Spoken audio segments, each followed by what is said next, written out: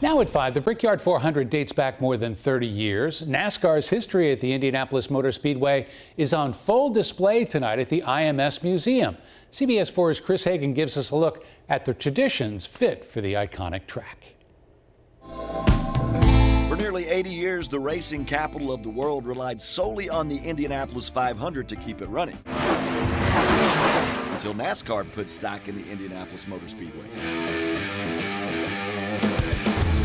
That traction didn't start until the early 1990s with Tony George arriving as president of the Speedway, and talks seriously started to bring stock cars and NASCAR here. After some tire tests in 1992, the green flag dropped on the inaugural Brickyard 400 in 1994. There were so many entries for that first race that they actually had 2 days of qualifying to go through the field, and there was bumping for cars to try to bump into the 40-car field. But with that starting lineup, you had IndyCar drivers of the time that participated. Most famously, A.J. Foyt, who had his career off and on in NASCAR, in addition to IndyCar. From the grid to the grandstands, people packed the track to be a part of history. And they actually had a ticket lottery for Indianapolis 500 ticket holders to attend that event, and still today is the largest attended NASCAR race in NASCAR's history. The race placed a brick in NASCAR's foundation at the track and a rising star's legendary career. Jeff Gordon really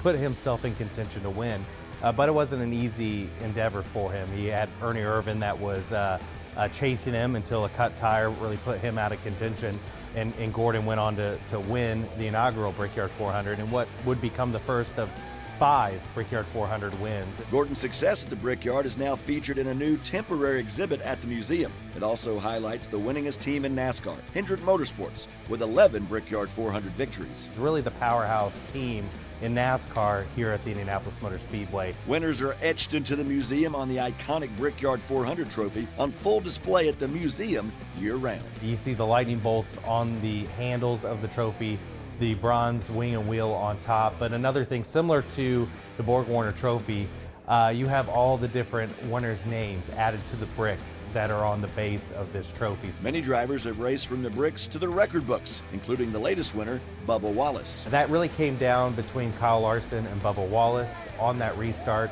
Wallace got the best of Larson on that restart and really held Larson off. Really a historical moment, Bubba becoming the first African-American driver to win here at the Indianapolis Motor Speedway in the Brickyard 400. With Indianapolis Motor Speedway steeped in a century of tradition, the Brickyard 400 sealed its own part in it with a kiss on the bricks. But it really started in 1996 with NASCAR driver Dale Jarrett.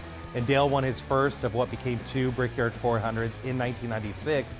And in celebration, Dale and his crew chief, Todd Parrott, left victory lane during the celebration, ran out to the yard of bricks, and actually knelt down and kissed the bricks. The move has inspired other drivers and even fans to do the same. It also is a tradition for guests who take the museum's track tour to go out, visit the yard of bricks, see that iconic location, and there's hundreds of thousands of people year over year that come through and kiss the bricks. The tradition and allure of Indianapolis Motor Speedway keeps fans and drivers alike coming back for more year after year. And it still today is a crown jewel event. It's still a race that the drivers and the team circle on the calendar, and it still means a lot to the drivers to have their name on the Brickyard 400 trophy. I'm Chris Hagan, CBS 4 Sports.